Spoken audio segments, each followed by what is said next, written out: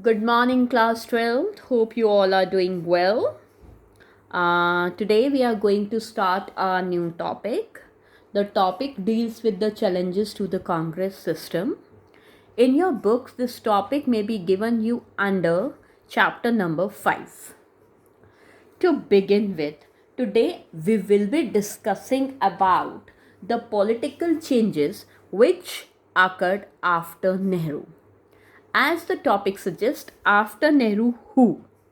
We all have done in our previous chapters that Pandit Nehru died. Fine.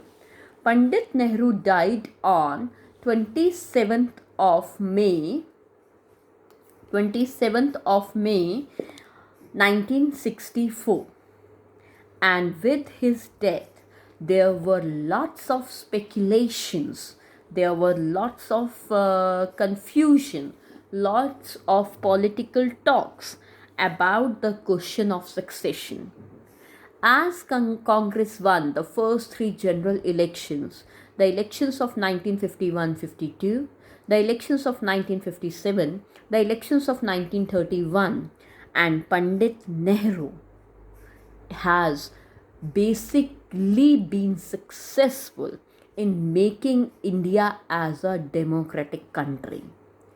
So, the political succession not only raises the speculations about after Nehru who, there were many doubts in the minds of the people after Nehru what. Now, this what comes because when we discuss about Pandit Nehru, and so far we have done in our syllabuses about Pandit Nehru, we have done that he was a very strong political leader, not only for India but also around the world. He was not only our first prime minister, he was his own foreign minister. He had made Congress as a coalition in itself. We have already discussed about that Congress political party was a party of social and ideological coalition. There were factions at that time, but with the politics of factions, they were accommodated within the Congress. The next reason was that at the time of Nehru, elections were held. They were conducted in free and fair manner. Other political parties also managed to win few votes, get few votes. But after Nehru, would be possible that democratic may survive in India? Or it will also follow the path of Syria, Cyprus, Zimbabwe, or any other country where democracy was not successful. Moreover, the 1960s decade was considered as the most dangerous decade of our country. When we talk about this decade, then till this decade, there was maximum persons who were living in poverty. There were food crises all over India.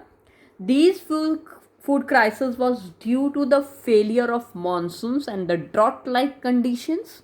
You might have gone in your junior classes that our buffer stock ends up. There was extreme food scarcity in our country. Moreover, in India, the problem of inequality still existed. The social gap between the rich and the poor was widening instead of lowering down.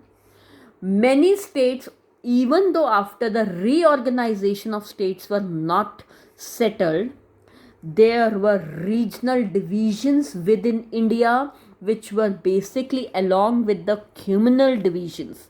A line between the different religions has been drawn. regional divisions has taken a lots of aspiration in our country. In such a way, who and what constitutes or continued with our next topic from Nehru to Shastri. Now, when Nehru died, at that time the president of the Congress was K. Kamraj. We will be doing about him in our next classes also. Along with the consultations of all other senior Congress leaders and with all political consensus, Lal Bahadur Shastri was chosen as our next Prime Minister. When we talk about Lal Bahadur Shastri ji, Lal Bahadur Shastri, although was born in 1904, he from the very initial days of his youth has participated in the freedom struggle since 1930. He had been the part of civil disobedience movement. After becoming independent, he became the minister in UP cabinet. He was from Mirzapur. He joined Legislative Assembly of Uttar Pradesh. Besides this, he had also been the General Secretary of Congress.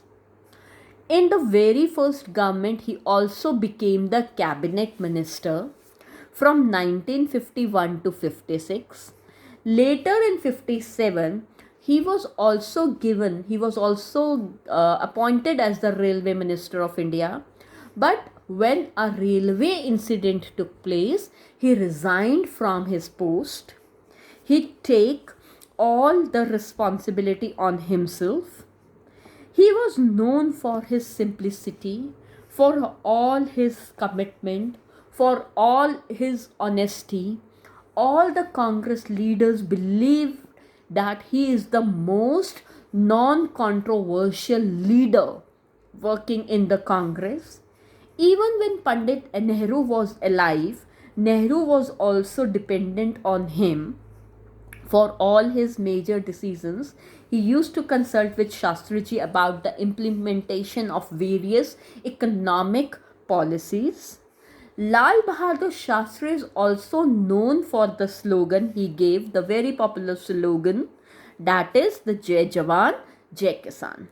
Now we will be doing how Shastri managed and what happened to Shastriji after this video. We will be following with next video. Thank you, class.